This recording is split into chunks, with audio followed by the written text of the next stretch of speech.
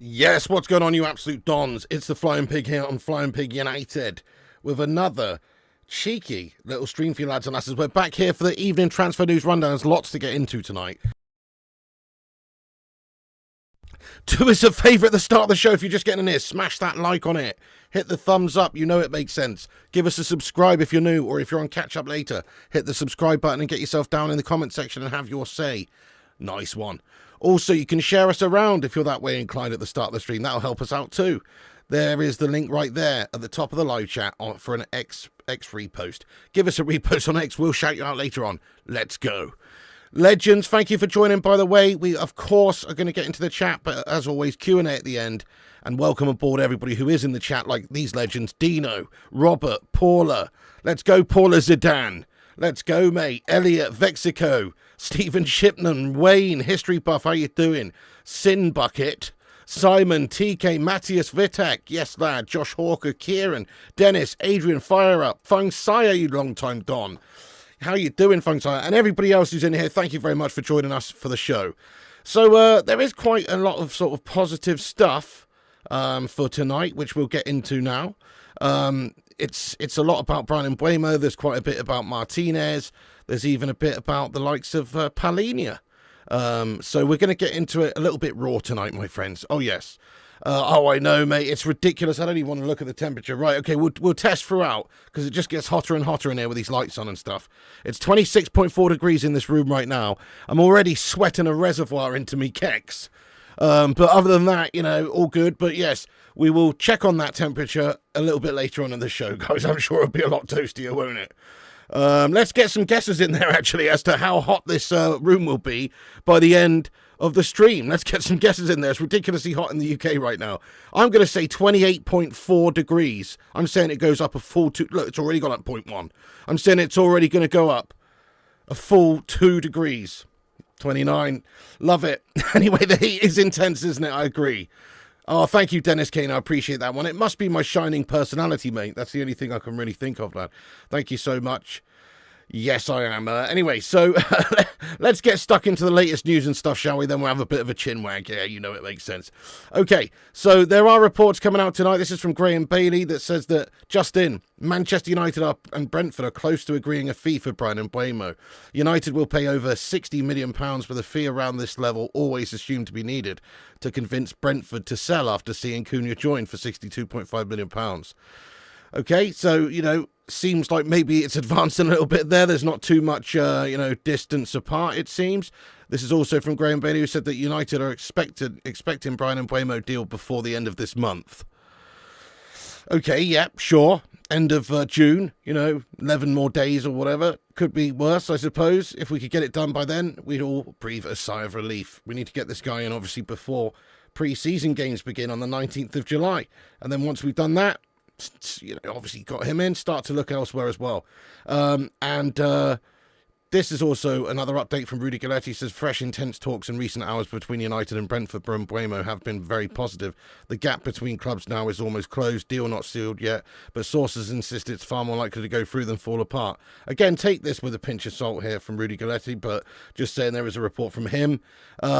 So, it's all positive stuff. I mean, there was a couple of earlier reports in the day, actually, from Duncan Castles that said that Brentford are trying to hold out for £70 million. I mean, that would make sense as to why there's such a hold-up in this transfer, wouldn't it? If we heard earlier on a few weeks ago in the window, they were looking for £70 million. We all said the same thing. That's too much money. We're not going to pay £70 million. We shouldn't pay £70 million. But part of the negotiation process is to try and whittle that £70 million down to somewhere closer to the Matheus Cunha figure. And so it does seem like there's been some work in the background. Here's another report that said that Brentford wants at least £70 million to sell Mbeumo and would do everything possible to achieve that. But again, that's from the same person, actually. But again, it's not, it's not... Yeah, it's not going to happen, is it? I don't think for £70 million. We probably will end up paying just a little bit more, I think, than we have for Matheus Cunha. So this report says United will pay over 60 million, and I think we definitely will pay over 60 million. I think we might even pay just over the Cunha figure. The Cunha figure of 62.5 million. Perhaps we'll structure the deal in a similar way, or maybe that's where the deal is sort of being held up at the moment, because with the Cunha deal, we're sort of paying for him over the next 18 months or so, up until, or maybe 24 months actually, over to the summer of 2027. So, you know, if we could do something like that with Brentford, great for us. If we don't have to spend all that money right away, gives us extra money to spend elsewhere in the squad. But they probably want most of that money up front, if not all of that money up front, don't they? Because they're going to have to reinvest. So they may well just end up holding firm, reasonably firm, and expecting all the money up front.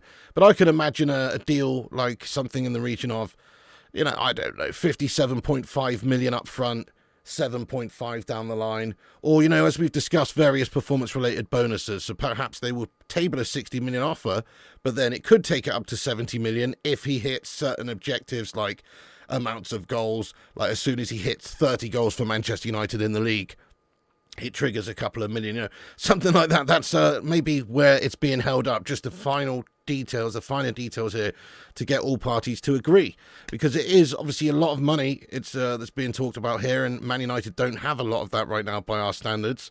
So we've got to try and be a little bit more frugal. I suppose they're just waiting it out to try and get as much off this deal as they possibly can.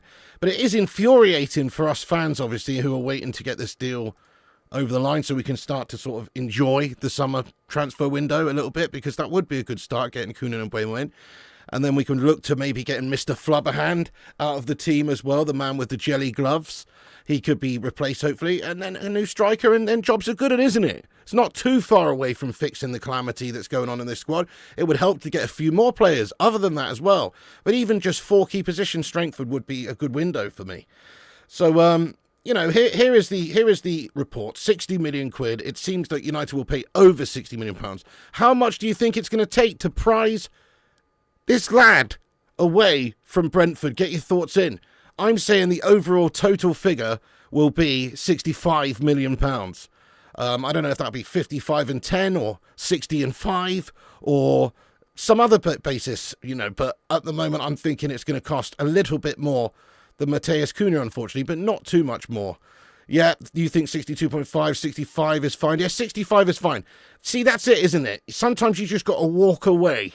I mean, not walk away, but let them stew. You know, if they're asking for 70 and they're firm on it, it's all part of the negotiation game. You can't just pay the 70, really. You've got to try and save 7.5 million or 5 million. Of course you do. So that will help us out in other areas of the squad. Most players come to United and flop, so 70 million is crazy. We'll end up with another 70 million flopper. I mean, it's possible fire up, I suppose, but at least with the couple of players that we're signing here already, is that we are expecting they'll do quite well, because they've already had that proven experience in the Prem. When you think about players like Anthony and Højlund that we spent that massive money on, and Onana, they didn't have that experience in the Prem. So I think that is a bit of a differentiator, but I see where you're coming from. Yes, Wayne, let's go. Wayne says, hi Piggy, any idea what, if any, money would it take to get rid of Rashford? I think 40 million, mate. 40 million pounds, and having to pay his wages, which are big, so probably 40 million. Anyway, we're all agreement. 60, 65 max, really. Overall, 63, 68, 66, 65, 58 plus 9, 62.5, 70. Hey, fair enough. 70's absurd, says Keanu. I'm with you, Keanu, Steve, my friend. I think it's just too much money, isn't it? OG, what's happening, you legend? How true is this? Well, it's been reported by various outlets, mate. That's all we can really say. You know, Graham Bailey's reporting on it. You know, and others as well. Where's this Marco Alcaraz report as well? There's various outlets and journalists and stuff suggesting that there is an advancement in the deal. We're not that far apart. It'd probably be over 60 million pounds. But ultimately, you know, nobody truly knows how close this deal is. It might only be a couple of million apart, but it could take days or even weeks to agree on a final structure of the deal. I know they've been going at it for a long time here, and it's so frustrating. But there could be a little bit left in this one. I really hope that tonight, during the show, we get a cheeky little here we go from Fab, or an Ornstein bomber. But it doesn't look like it at the moment tonight. But maybe tomorrow, maybe the next day. You know, we have to be hopeful that we can get this done before anybody else starts sniffing around like Tottenham hotshites. If that happens, that would be an absolute disaster. So we've got to just finish this deal. But it's frustrating. Surely there's a little sweetener. A little sweetener we can pop in this deal there for Brentford, you know. I would like to think there is. So maybe this deal can be done in the next couple of days. But reports are, various reports say probably before the end of the month or this week. I think it'll be done in the next few days in terms of an agreement. But in terms of an actual official signing, probably will be at least a week or two. So it's a frustrating one, but it is seemingly getting closer. Every day we talk about this closeness. How much closer can it get? How much closer can it get really here? But it is reportedly close. And obviously we've got to hope that it gets finished, but there is a doubt obviously creeping in because of Thomas Frank at Spurs, and that would be Gash. And there's even various reports coming out tonight as well that, maybe Tottenham could be in the mix. Again, this is from Duncan Castle, so take it with a pinch of salt, guys. These are just reports we found from, the sort of reasonably reputable journalists around social media in regards to these updates here. So he says, Bryan Mbeumo, Manchester United offer worth more than £60 million. So he said that there is an offer that's been submitted, another offer that's over £60 million. Brentford understood to be targeting £70 million. Competition from Tottenham, Newcastle, Aston Villa and overseas. Right, I don't think that's really the case personally. Maybe Tottenham, maybe overseas, but I don't really believe that Aston Villa at this moment in time with their issues are going to be spending that sort of money. And Newcastle, they were already in for him earlier on, and he reportedly rejected the prospect of playing for Newcastle and wanted to play for Man United, maybe because of game time concerns or financial reasons. Maybe United just prepared to pay a bit more, whatever. So there you go. But at the moment, that's being reported as well, that maybe Spurs could still be in the mix for him, which would be just a calamity. But I don't think we have to worry too much about the Spuddies at this moment in time. The player wants to come. He's agreed to come. United are working with Brentford to finalise the deal, and then we have to just try and, get it done.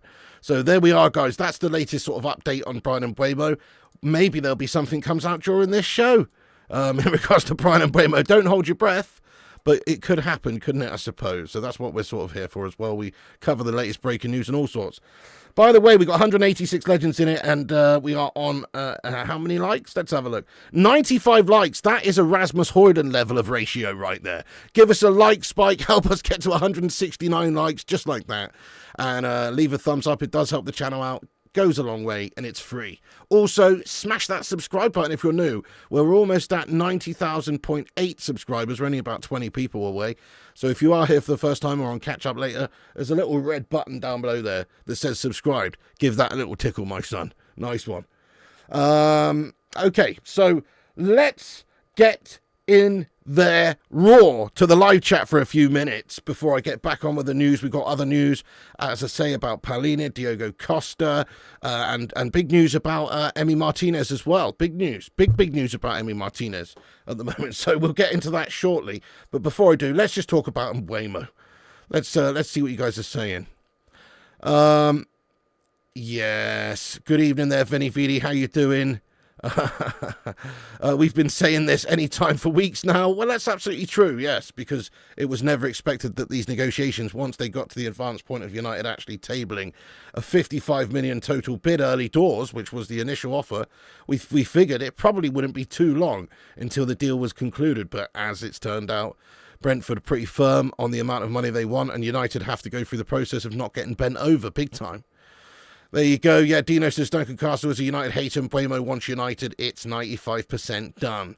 55 million plus 7.5 million in add-ons. Sounds about right to me, Dino. I think if we could actually get that money together and get it offered to Brentford, just as you've said, I think that would get the deal done. And if not, then surely 65 gets the deal done. We do, don't we, K Cadet? We need it, lad. We need it, lad. Oh, yes. Surely Brentford can turn down 55 million plus 10. It's more than fair. They can't turn it down, can they? They'd actually be quite silly, I think, because I'm not sure if anybody else would pay that for him. Possibly. Maybe a Saudi team, but wouldn't Mbeumo want got a Saudi when he's bossing it in the Prem and he's got a great chance to join a huge club like United?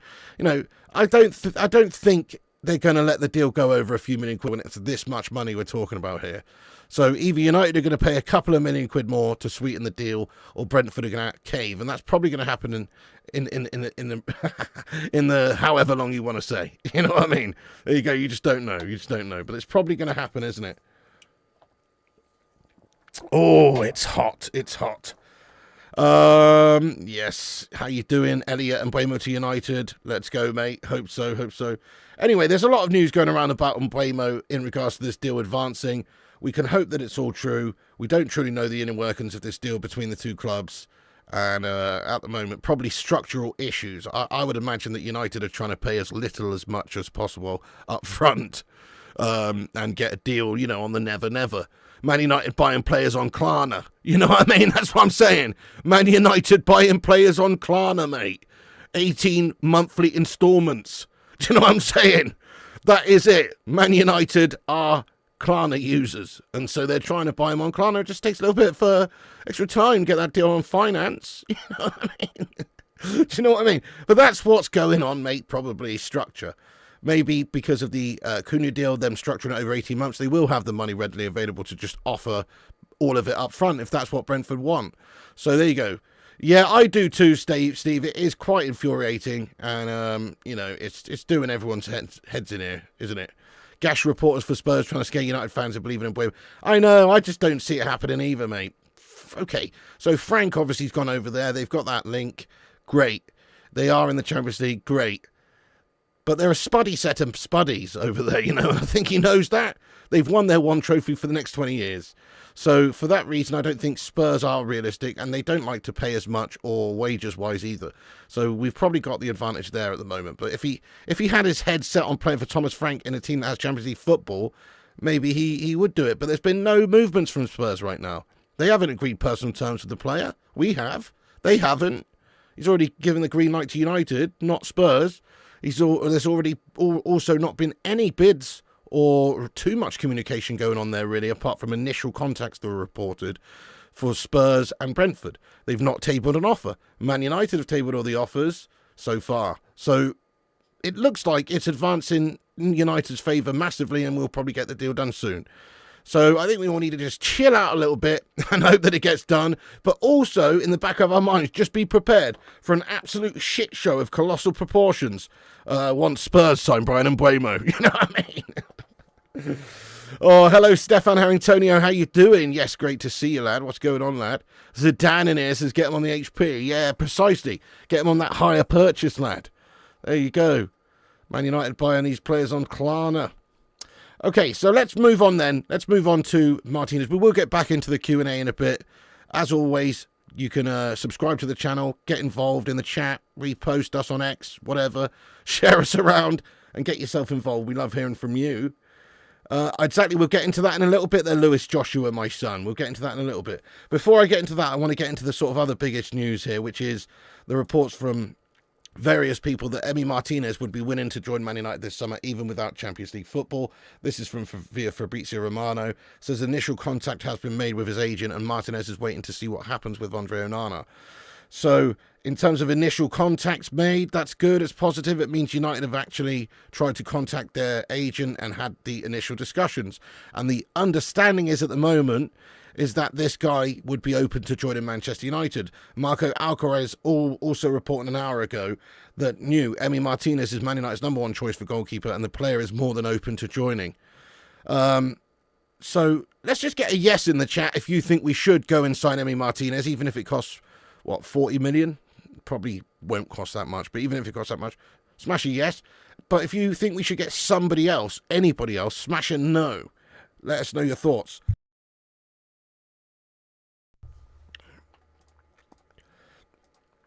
Trash says yes. Yes.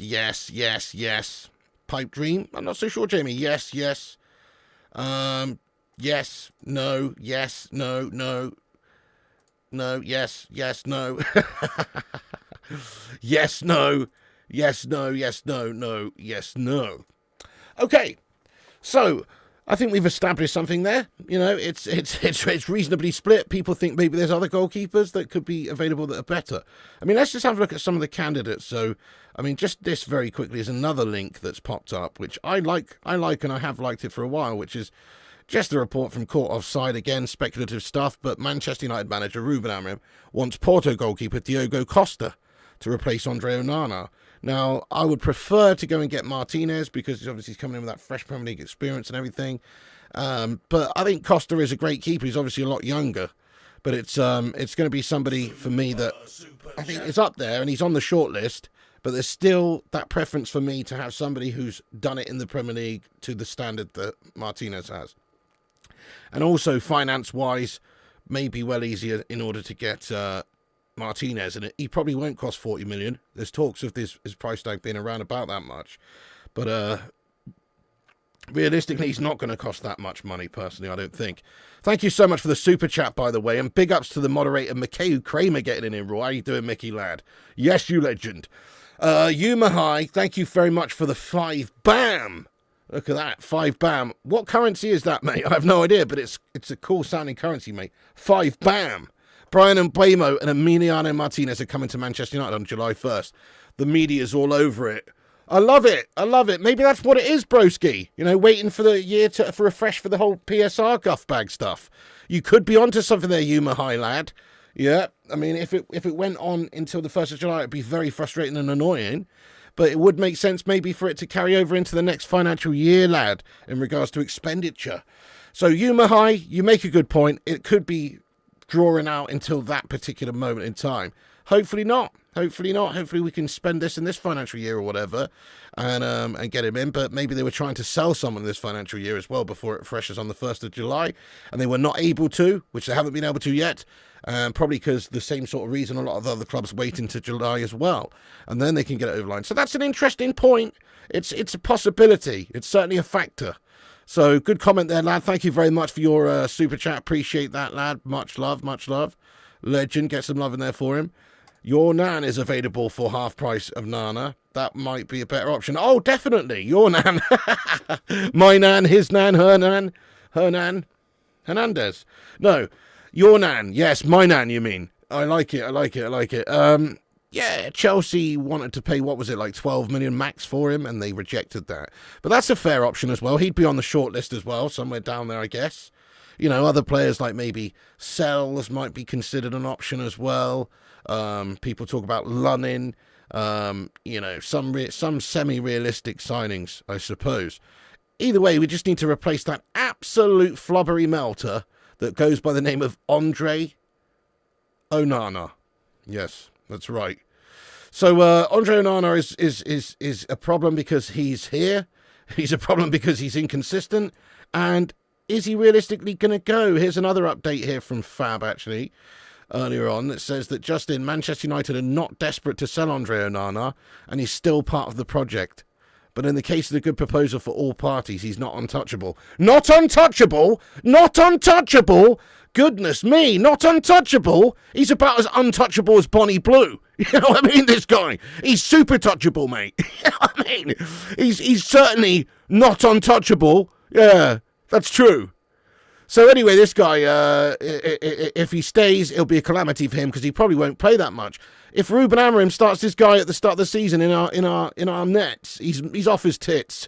And so we've got to try and do our absolute very, very best to try and move him on. And even if you can't move him on, we've got to try and take the punt on a new goalie. We've talked about people like Emi Martinez. That would be a great addition. Why the hell not? Manchester United need to work on it. We can't have Flubberhands Onana in goal again next season. He's just going to cause calamities. And it's going to have a big effect on the rest of the team. What's the point in signing Bryan Mbeumo and Mateus Cunha if you're just going to have old Lurpak fingers in goals again? You know there's going to be just raw errors going on all over the place. So from my perspective, it's a no-brainer. You've got to get rid of him. He's certainly not untouchable, no. But that is a report from Fab there earlier on. I think it's, you know, obviously, I guess we're not going to say right now that we are getting rid of him if we can't even sign a new goalkeeper. He is our number one goalkeeper right now. But in the background, I'm sure there's conversations been had at the very least of, is this guy up to the task? Should we be replacing this guy? Who can we replace him with? I'm sure those conversations have been happening with, you know, Ruben Amorim and backroom staff, recruitment board, or everybody's been probably talking about the problem that is Andre Onana as a goalkeeper at Manchester United. So from where I'm sitting, he needs to be replaced. As far as the rest of the shortlist goes, you know, there's a good few options. You know, people have said, people like who else is there? You know, Ramsdale. People have mentioned.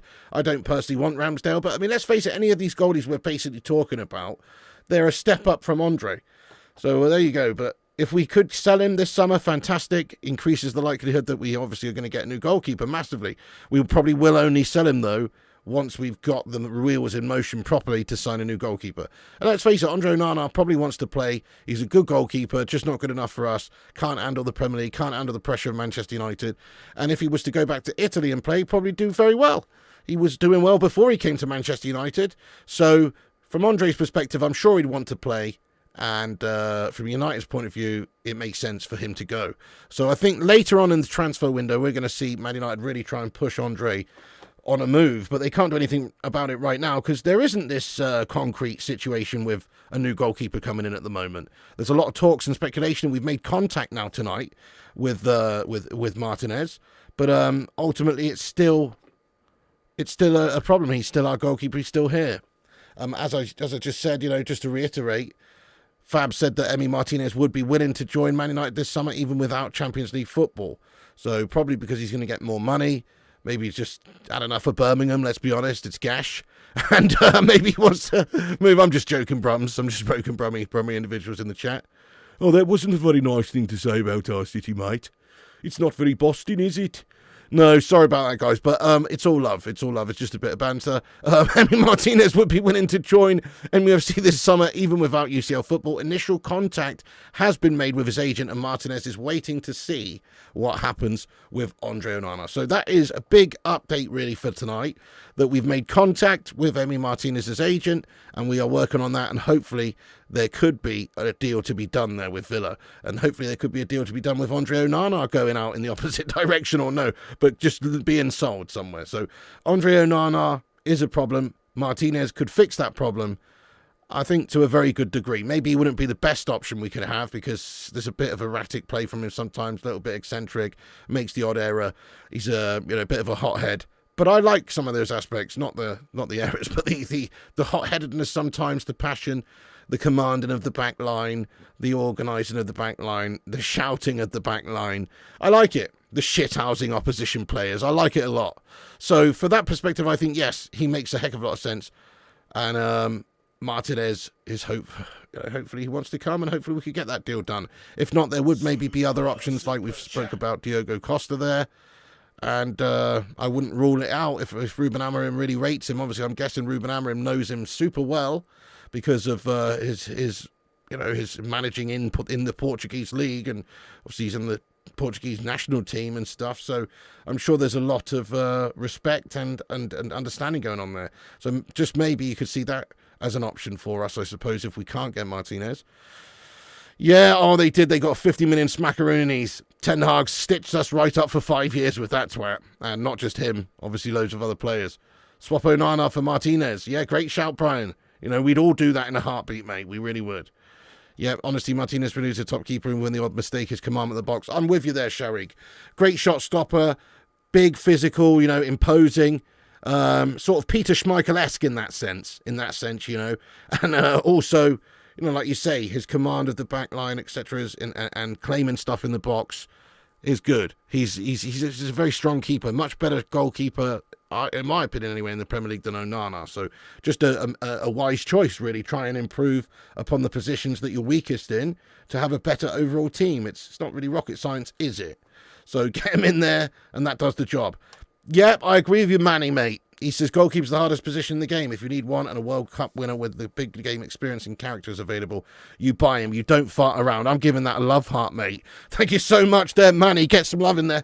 Great shout. We should go and get him if he's available and he wants to come and he wants to leave Villa. It's a no-brainer, really. We're lucky that we're such a massive Goliath club with a lot of money and fans that generate huge revenue every single season that we could even go and get this guy. And it shouldn't even be possible with where we're at. But because of how big the club is and the history and everything and the fan base, that's how we can still get players like that and attract them. So, like you said, if he's available, get him. And you are talking about a World Cup winner, a good character, experience in the Premier League. And I agree, it's very difficult to get the right number one. You do need to have a top keeper in the Premier League, a real top keeper, if you want to be one of those teams challenging up there, I believe.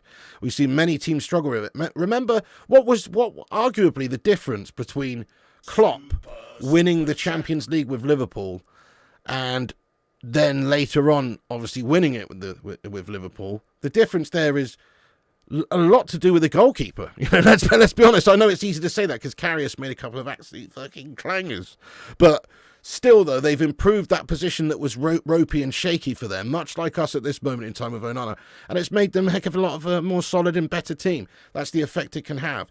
And there's only maybe, you know, this is a specialist position. There's only maybe like 10 to 12 truly world-class goalkeepers at any given time. You know, they're all at the biggest clubs in the world. You know, the Courtois of this world, the Donnarummas of this world, etc. Oblaks and ter Stegens and people like this. You know, there's you can count them on your fingers and your toes. Whereas with footballers, there's a shitload more outfield players, obviously, and so it's definitely a specialist position. And if you can get a good one, like you said, get it done, lad. Thank you so much for your super chat there, Manny. Appreciate that, lad. Andrikos, what's going on, you legend? Had the same problem we have had for years. Players on high wages. We need to just sideline the players we don't want and don't want to take a pay cut to leave. Don't loan them, just let them play. Yeah, I like it. Fair play to you there, Andrikos. Well, for Amorim, apparently anyway, he's looking to maybe not take some of these melts that he's looking to get rid of and not looking to have around next season. He's not prepared to take them on the tour.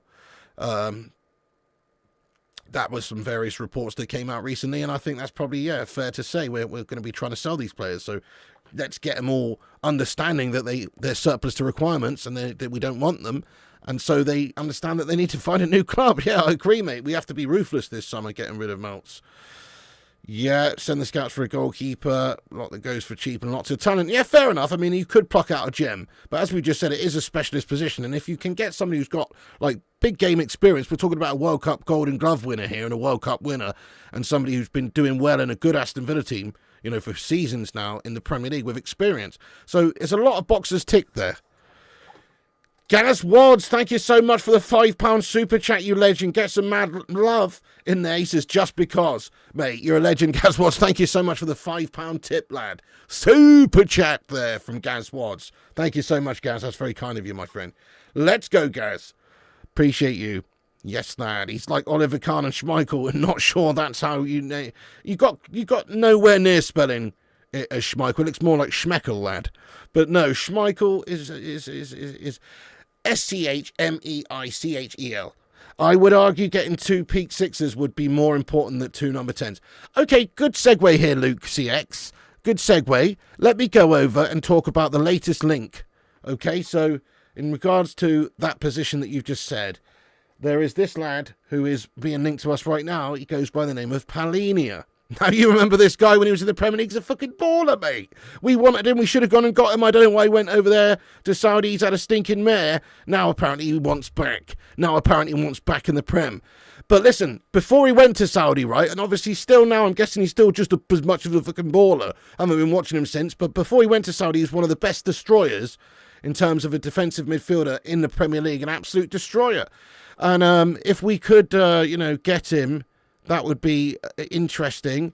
And, oh, yeah, shit, he went to Bayern, yeah. If we could get him then, that would be interesting. Because when he was in the Premier League, he was absolutely awesome. Yeah, he was absolutely awesome, wasn't he? For Fulham, he was one of the best in terms of statistics for the season for, like, tackles completed and all that sort of stuff. His pressing stats were great.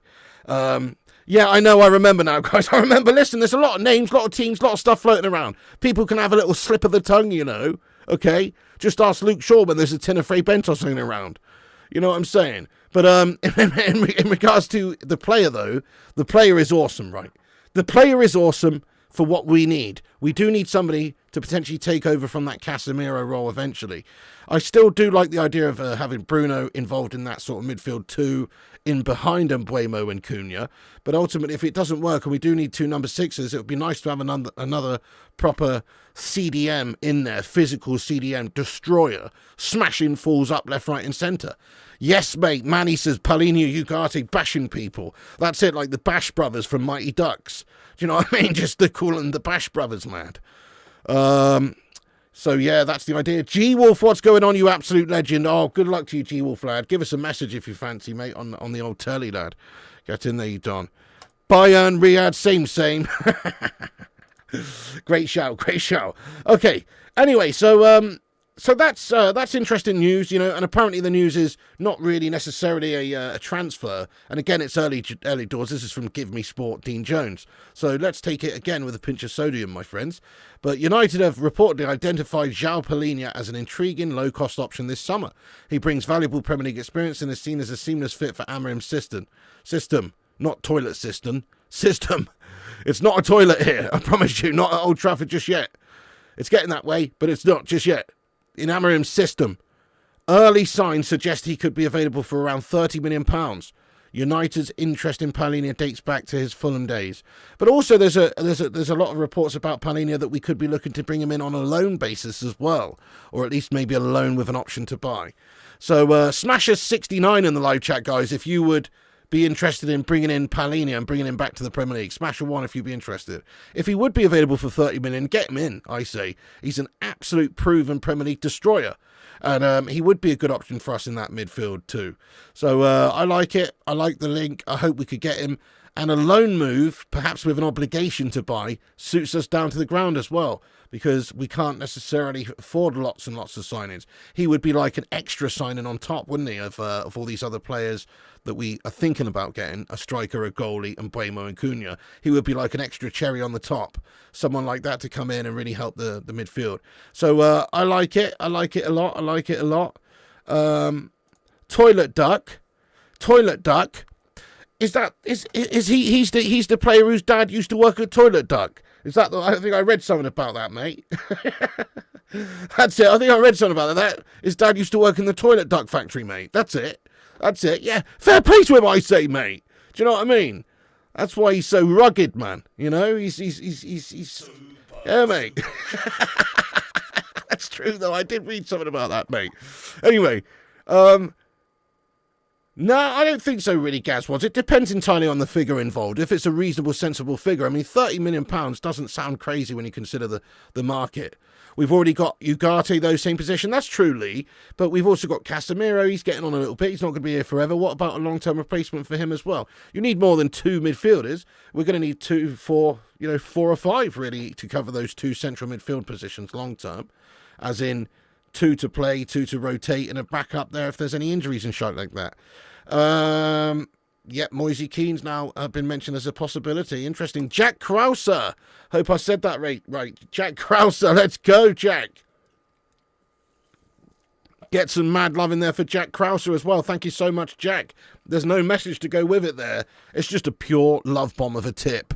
Thank you so much, Jack Krauser or Krauser. You're a legend, sir. Danke schön, mein Freund. Really appreciate that. Legend. Amep says, I can promise you Palhinha will be Casemiro too as he's old and his legs are gone. Another shit deal for United. Difference is, though, Casemiro cost a shit ton of money, didn't he? I think, wasn't he 70 million quid for like a 30-year-old? It was a pretty insane deal. I know we would buy an experienced and sort of a ready-made player there. But yeah, we were always going to lose him in a few seasons for nothing, pretty much. It was a bit of a shite deal. But 30 million quid, if that's what it is, or even maybe a bit less, if that's what it is, I don't see it being such a problem. But then again, you've got to factor in the wages. How much is he going to want? How much is he on over there? How much is he going to want? Yes, Reindeers is a good player. I agree with you. United will then have 3 CDMs. Best they look for loan moves of number 8s, just like they did with Sabitzer. Fair play, but we've got Bruno Fernandes. We've still got Mount around. I don't want Mount around, but we still got Mount around. You know, we got Mainu. Mainu can basically play. In my opinion, Mainu's good enough and he's versatile enough to be playing pretty much CDM, CM, or Cam, you know, as in number 10 even. I think Mainu's good enough to play all those sorts of positions for us, so he could be a bit more of a utility midfielder for us. You know what I'm saying? Trincao will be a red, not in this window. Oh, fair play to you, Manny lad. Thanks for the link there. A bit of cheeky Trincao action. We have Mainu, Bruno, has Ugarte, not a priority. If we have enough left at the end, 30 million, sure. Yeah, true, it's not a priority, and maybe, like I've said, it could be somewhere along the lines of a try you before you buy scenario. You know, we get him on loan, maybe with an option to buy, maybe with an obligation to buy, which isn't great, but, you know, you thought that was the Orny Bomber? Oh, no. Oh, no, you're tweaking my nips here, lad, are you? You're flicking the old love spuds with a proverbial towel here, are you? I don't think so. Piggy, you're at all concerned about Mainu getting minutes in his preferred 10 role? I'm personally not. No, I think he's a good enough player, as I say, to play in the 8 and also the 10, and even just like, even as the sitter. I think he could be decent, lad. I like it. I reckon he could be all right. Luke CX, let's go, lad. How you doing? He says, hey, Solly. Oh, where's Solly, mate? I missed Solly. Sorry, I've already said hi to Luke CX. I meant hi to Solly. Solly, get in there. How you getting on, mate? Great to see you as well, lad. Come on. Yeah, well, that's fair enough. Yeah, maybe not has the legs to do the rely on to play the 8. Fair enough. I mean, yeah, Bruno Fernandes, very mobile. I mean, it is a concern if we could, but I think, Mainu can play Cam and CDM, and he'd probably be fine doing CM occasionally, is what I'm saying, as a rotationary utility job. I'm not saying, obviously, as a first choice there. No. I'd like to see players like, Bruno Fernandes doing that for us. Mainu will play off the bench this season for the 10s. Could see that. I could see that. You don't think Kobbie Mainu can play in a 2-man midfield, but I've always said a 3-man midfield would be perfect for him. Well, I mean, we haven't seen it that much, to be fair, Brian. I still think he could do a good job. I mean, ultimately, he's a good passer of the ball. He's a good tackler. I mean, I guess maybe he's not, like you say, as mobile as you would like him to be. But then, fair enough. Mr. Pibb, why won't United go and pay around 50 million for Wharton? I agree with you, mate. Think he would be a good signing as well. Again, it's just about getting him. If it was, like you say, only a bit more, then yes, you're getting a good young player with Premier League experience who had a really good season last season and is good. And that's another good signing. But are we going to have that much money available? This is it. We've got to strengthen a lot of positions in our team. And this isn't even the position really that's top of the list. Top of the list positions are still goalkeeper and striker after we've gotten Mbeumo. So 50 million for Wharton, how are we going to even have that available? Yes, if we sell players, but we haven't sold anybody yet. We've got to try and sell players. It's a lot of money, whereas the Palhinha deal could perhaps be a loan move. We're talking about a cheaper option here, like a loan move with an option. That's what's being discussed and reported in various places. So I would not be surprised to hear if that was on the agenda for United, because it makes a bit of sense. You don't spend a lot of money right now this summer. You might have to, fork out next summer. But right now it gives you a bit more to spend elsewhere in the squad. Whereas if you were to get Wharton, that's just not really going to happen. It's going to eat a large part of your transfer budget. And then will you have enough to buy, to buy the likes of Gyokeres, if that's even still on the cards? What was David Beckham's first shirt number at United? That's a great question, Alcan. Well, I remember him wearing the 10 before he had the 7. I remember him with the 10. But his very first one... it's a good question, mate. Let's get the old statisticians in here. Yeah. The legs thing, Mainu's issue isn't legs. It's a game understanding, like Wilcox said when he first arrived. Young players shouldn't be starting every week. They need to learn the game first. Fair one, but if you actually think about his performances as a young player, I mean, maybe not quite as good this season, obviously, but think about for England in the World Cup. He was doing a fine job in midfield for us there. Also, when he was eventually played. And also the season for Man United was very good. Temperature update. Let's give you a temperature update. 24 or 28 was it? 28, 24. See, people are confused between 24 and 28.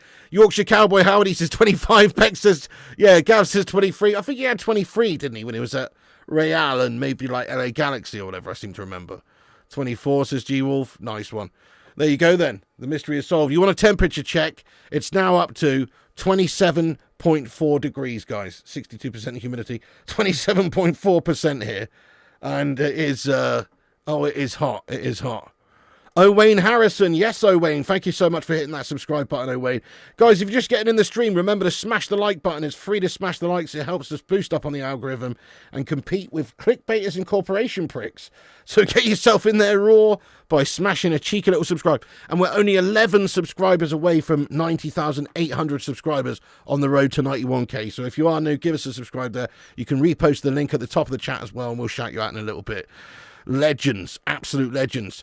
Mainu just not quick enough in transition, nothing to do with game understanding. No, I think he reads the game well. He's a very good player.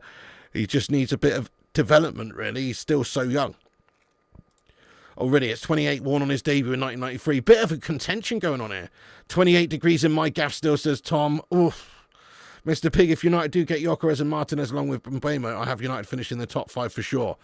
Love that, Amip. I'll play the game. I'll play the game with you. Tell us where you think United would finish if we did get those players, if we did get Martinez to replace Onana, if we did get Gyokeres to score the goals, and then if we did get Mbeumo and Cunha, which we've already got. Where do you think we'd finish? I say we would finish. I think we could finish easy 5th or 6th. I'll say 6th just to be conservative, lad. But honestly, those signings are team changers, in my opinion, because the biggest problems for us were scoring goals and also stopping them at the other end. So if you address both of those issues with some quality, then it should be a lot better for us, you know. Defo 28 for Bexers, Gaz 92 season. I'll respect. There you go. Van der Sar's comments on Onana saying Man United should stick with him. Oh, I mean, you know, he's just a nice guy, isn't he, Edwin van der Sar, lad? You know, he doesn't want to make any waves at United, let's be honest. I doubt he really feels that way personally.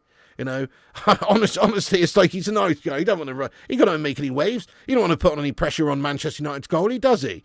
You know, what they keep him and stuff, and he said all that shit. He doesn't need that, mate. So I don't even think you can really say that that's what he really feels. He's just being a nice guy, Edwin, because he's a nice guy, you know. Top 6, 3rd, 24th, 24th. Oh, 24 was his shirt number, right? 5th, top 3. Oh, my God. Is it 24 or is it 28, Bex's first number? Do you know what? Who really cares? 4th or 5th, reckons Dino. You think we are finishing 18th? Oh, come on. Yeah, if we get our main targets, then top 4 minimum. I can't believe that. I still feel this. I'll just read your comment here, Paula. Can't believe that people are still considering having Gyokeres. Only want players. True, he's sloppy seconds for United now. He wants Arsenal. That's fair.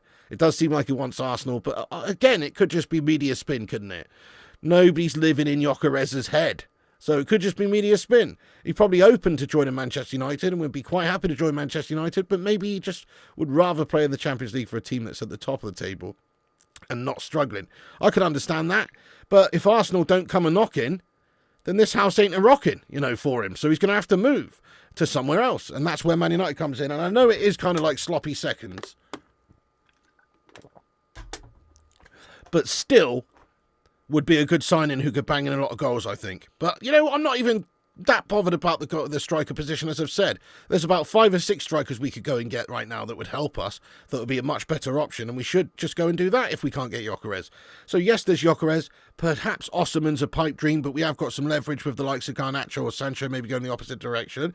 Then you've got players like Visser and Mateta, even a cheeky bit of Cliver action. You know, there's options. I've heard Vlahovic mentioned. He's probably lower down on the list for me, but he's being mentioned. So there's a lot of options. Jonathan David, Ekitike. You know, Ekitike's too much money. Don't really want that deal either. Doesn't seem the best option for me, but still, there's lots of players that we could bring in that could score a lot of goals. We just need to kind of go for someone a bit more proven, with a proven record, who's a bit more developed, such as a Gyokeres, an Osserman, a Visser, a Mateta. Those sorts of players. And Mateta would be sweet, because we could all be singing Acuna Mateta for the rest of my days. Jeremy Clarkson says so. Good, having all power up front when the back end is made of stickle bricks. That's exactly it, Mick. You've got to address the issues elsewhere in the team. There's no point about getting Mbeumo and Cunha if you're not addressing the goalkeeper. Maybe even getting another centre-back in there. I am a little bit concerned about the centre-back spot this season, because we obviously play with 3 at the back there. We've got a lot of injury-prone people in the team. Luke Shaw's basically spending half of his time in the physio room. You know, obviously you've got Maguire, who's solid and available and fit and robust. But other than him, you know, De Ligt has been out for a good bit this season with injuries. Martinez, goodness me, who knows if he's going to be able to recapture the quality and the form and everything that he showed before the injury. He's been out for ages now, Martinez. And is he going to be the same player? And then what if he's injury prone still after that and continues to get injured? Lenny Yoro, we signed him, and then after his medical, he got injured. Or he actually passed his medical while he was injured. I don't know. One of the two. But we basically signed an injured player there, and then he's been injured. He's had 1 or 2 injury concerns recently. So, and you know, so there is some injury issues there. And I think we could probably do with getting a centre-back. Yes, we've got Heaven, and it's a good option. Mazraoui can play there on the right side, I guess. But it's not ideal. You could probably do with another proper true centre-back in there as well. And a wing-back, because although I like Dalot and Dorgu, they are quite literally the definition of nowhere near world-class. You know, they're good players. They're good players, and Dalot probably more so. Dorgu's not shown a lot yet. Dorgu could be fantastic this season, but he's not shown a lot yet. But yes, if you think about the positions there, they could do with a little bit of beefing up if we want to truly be a better team. UK Strains getting in there, lad, with a £1 super chat there, my son. Thank you very much. Can we get some love hearts in there for him as well? Thank you very much for the tippage, lad. I appreciate that. It's getting later, isn't it? It's getting late, but we're going to stay on here for a good bit longer, my friends. Yes, indeed. Let's see if there's any new updates or reports that have come through while we've been streaming here. Seeing if there's any updates from the likes of Fab or anyone. Let's take a little look and see what's going down. Okay, so Messi got man of the match for Inter Miami versus Porto. Did you see his free kick, by the way, guys? What a shithouse. Bayern discussing Rafael Leao internally. Interesting. Okay, very interesting. Anyway, there's nothing to do with United there from any of the big diamond dogs. Arr! So we'll get into the live chat then, my friends, for a cheeky Q&A. I'm going to shout out everyone on X here real quick who's reposted us. Thanks again to the 13 legends who have reposted this link at the top of the chat. Really appreciate that. You're a set of legends. Big ups to these guys. Vincent Bullock, Griffin, Aidan Vickery, Larry Hasser, Gary Wadsley, The Goat, Richard Wisterpeck, Bales Left Foot, John Boy Cat, Paul Nangle, Kieran, Aaron, Homeyard, and Man United / Celtic, Mr. McGurk. Thank you so much. Thank you so much, you legends. Appreciate that.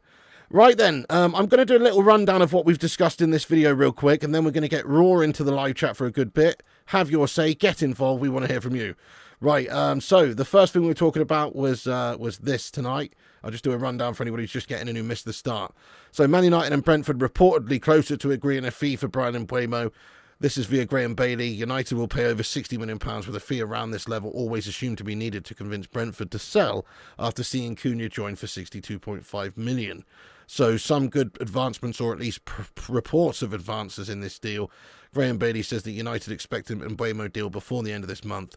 United are closing on the deal with Brentford, and Mbeumo's convinced by Old Trafford, and United are expected to see off Spurs' interest. So, yep, there you go. Another report here just says that in recent talks between United and Brentford have been very positive. The gap between the clubs is now almost closed. So that's good stuff, you know, good stuff in regards to Mbeumo. Hopefully it's going to advance and there's not going to be any hiccups or too many big delays. Some legend earlier on in the chat said that there's a possibility it might be waiting until the 1st of July to get it done, obviously, after the PSR Gulf updates and refreshes, and that is a possibility. So that could certainly happen, I think. And then what else have we discussed? Oh, yeah, an interest. Apparently we've got maybe Ruben Amorim would be interested in Diogo Costa at Porto to replace Onana.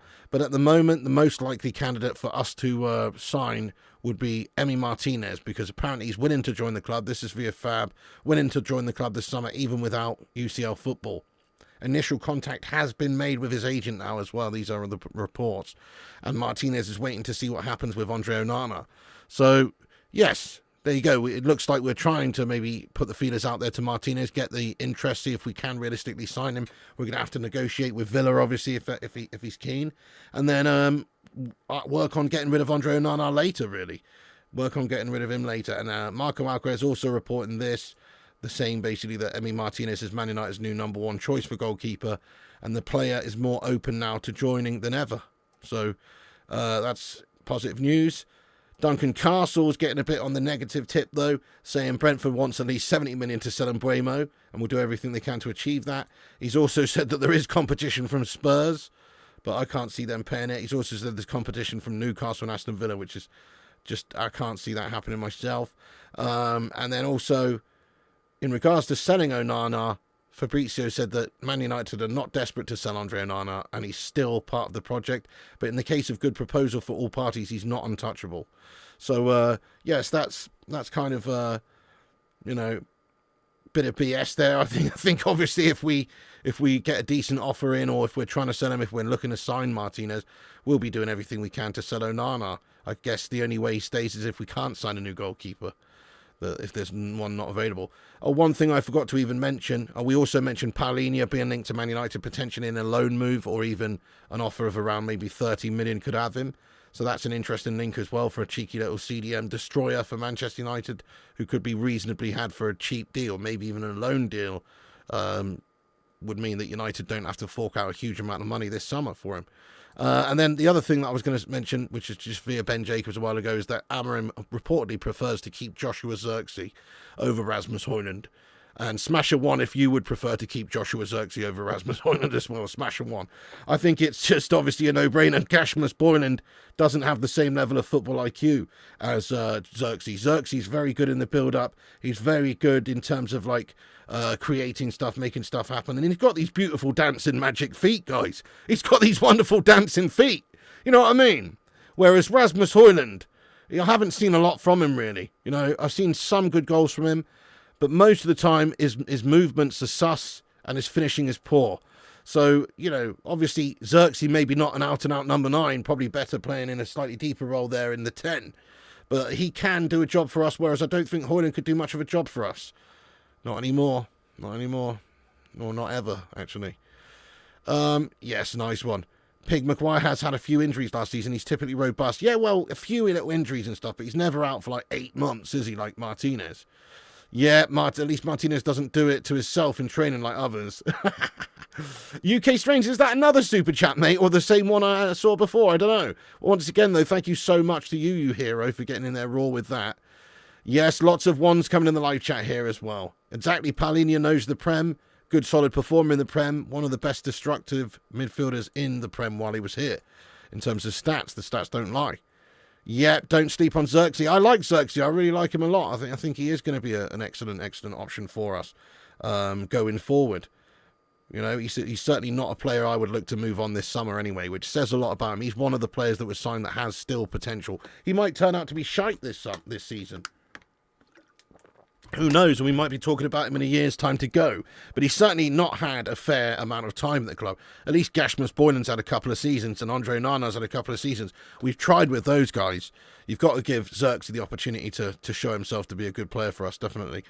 Cunha, Bruno and Mbeumo are ahead of him. Yeah, there you go. That's definitely true. It is true. Well, he'll probably deputise at number 9 at times and also deputise at cam at times. And he'll also be used coming off the bench late in games as well. Because, as I say, he holds it up well. He can be used as a sort of target man as well. You know, he's good in the air. He's tall. And he can play it down to others and play him in and stuff. So I think he could be used quite a lot coming on late in games and do well for us. Lots of ones coming in the live chat there. You'd sell both. Fair play, UK Strange. Get rid of both, says History Buff. Any chances Mbeumo gets hijacked? I mean, a small chance. Yeah, a small chance. Let's face it, a small chance. You know, the same sort of chance of me waking up tomorrow morning and having an extra schlong on my ankle. You know what I mean? I guess there's a possibility that could happen, but I don't really see it happening myself. You know? But it could happen. It could happen, honestly. Spurs are interested. Nick Suberling, how you doing, you long-time legend? Yes, mate. He said yes, he'd rather keep Zirkzee than Højlund. It is a no-brainer, I agree. Yeah. Yeah. Not desperate to sell Onana means can't get rid of him. That's true. We need a straight 9. That's true. Yeah, well, I'm not concerned about the 9. We'll get one, mate. Whether it's Mateta, even Vissa linking up with Mbeumo again, or you know, somebody else. I think we'll get somebody in. I don't know about that, UK Strange. I've seen quite some good stuff from him. I mean, he's not a clinical goal scorer. No, he doesn't score a lot of goals. But I could see him being a good player to sort of control games, you know, use him as a focal point late on and stuff. He's a decent squad player. You still say save our money and rotate Cunha, Zirkzee and Mbeumo. Yep, fair enough, Manny. Interesting shout. The thing is, you can't... I mean, Zirkzee, I just don't really see him having the chops to be an out-and-out full-on goal scorer for us. I'm assuming you're suggesting that Zirkzee plays at the actual number 9 role, right there, with Cunha on the left and Mbeumo on the right and behind. Well, yes, okay. But Zirkzee, I don't think he's got that clinicality in terms of finishing. I think he's good at other stuff, but I don't think he's good at the clinicality of putting lots of chances in there, unfortunately. Yeah, without Zirkzee and Mount as well. Absolutely, absolutely. Gashmas sucks. Would rather have Weghorst. Oh, 100%. Yeah, even Weghorst was better than Rasmus Højlund. Rasmus Højlund is a problem, mate. Yeah, but at least it looks like he is reasonably. It's reasonably possible to get rid of Rasmus Højlund. By the way, we're nearly at 300 likes. Thank you so much to all the live chat legends for getting in here super raw and showing your support on the stream by smashing that like button. I really do appreciate that. We are on nearly 300. Let's see if we can get to 300 likes on tonight's live stream then. That'd be banging, mate. You hope versus Havertz 2.0. Oh, that'd be amazing, wouldn't it? Yeah. I did see that, True Who. He's living his best life this summer, mate. I did see that, man. Yep. Wouldn't Mike Mainan be a better alternative for Emi Martinez? I don't think so, really, Aswin, because Emi Martinez has that sort of proven Premier League experience as well with, with Aston Villa, and that is important. Why is it that Chelsea weren't prepared to pay more than 12 million for Mike Mainan? Mike Mainan seems like a good goalkeeper, but again, I can't take him seriously with a name like Mike Mainan. You know what I mean? I just can't take it seriously. I hope we don't sign him just for his name, because I can't be doing with having to say Mainan makes the stop, or Mainan is playing in between the sticks today. I can't be doing it. We need 2 strikers, 2 number 9s. Yeah, true. Well, at a push, we could get away with 1 banger number 9 this summer, I think. Like if we do have the likes of Xerxes, Chido Obi, backing up a proper number 9, it could be enough. But ideally, you would get 2 striker signings, maybe a backup like a Vardy or someone, just if you absolutely need him and who can come in sometimes and play. So that's still on the agenda, I suppose, getting another striker beyond the first actual number 9 you get. In an ideal world, it will happen, but it probably won't happen. It probably won't happen. They can all share the 10. Yep, Xerxes be good releasing players. Yeah, fair enough. I mean, that's it. You can play that way. You don't necessarily need an out-and-out striker. Could we convince Beckham and Messi to a year loan and put him at number 9? No. No, there, Butters, lad, we couldn't. Anyway, I don't even think Messi would even be all that mate these days in the Premier League at number 9. Maybe playing a bit deeper or whatever. Obviously, he's still fantastic, but come on, mate. Nah. Ronaldo loan. Right, okay. Listen, guys. Put the pipes down. Put the bongs down. Put them down. Some of you guys have had enough.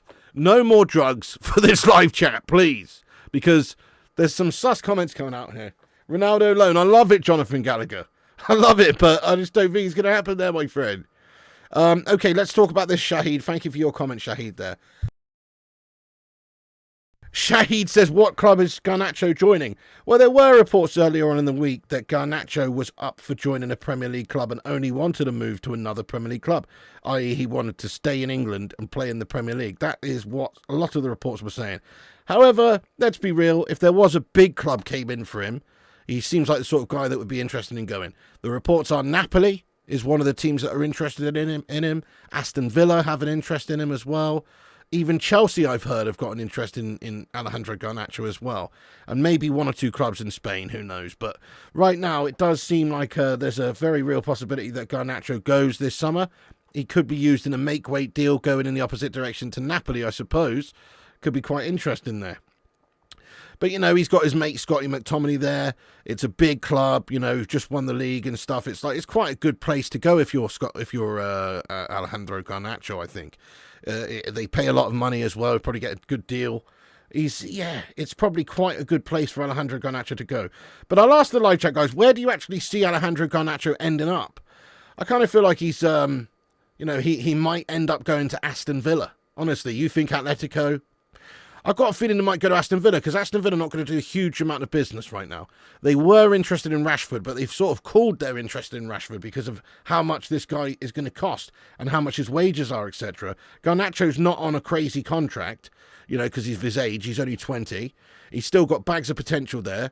And just maybe we could do something for the Martinez deal. We are trying to sign Martinez, aren't we?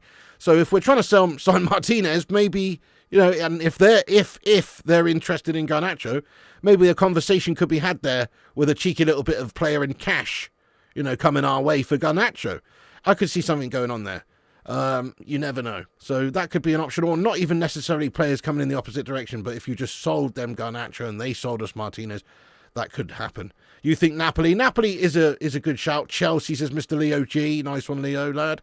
Atleti, Napoli. Napoli makes a lot of sense because, as I said, they just won the league. He's got Scotty there. They've obviously got a very good coach who's got them super stable and challenging for things. They're a big club. Great squad. I mean, literally, De Bruyne has destroyed them as well. Garnacho would run riot out there at 20 years of age. He'd be a great signing for Napoli for many years, in my opinion, because I think he is a very great player. Very good player, just maybe not got the right attitude for what Ruben Amorim's looking for. And he did seem, like a little bit of a dick after the Europa League final and stuff. But, you know, obviously I've always rated him. I'll be sad to see him go. But ultimately, yeah, Napoli could be an option. There you go. Napoli, most likely. Okay, then. Mbeumo, Cunha, and Neymar.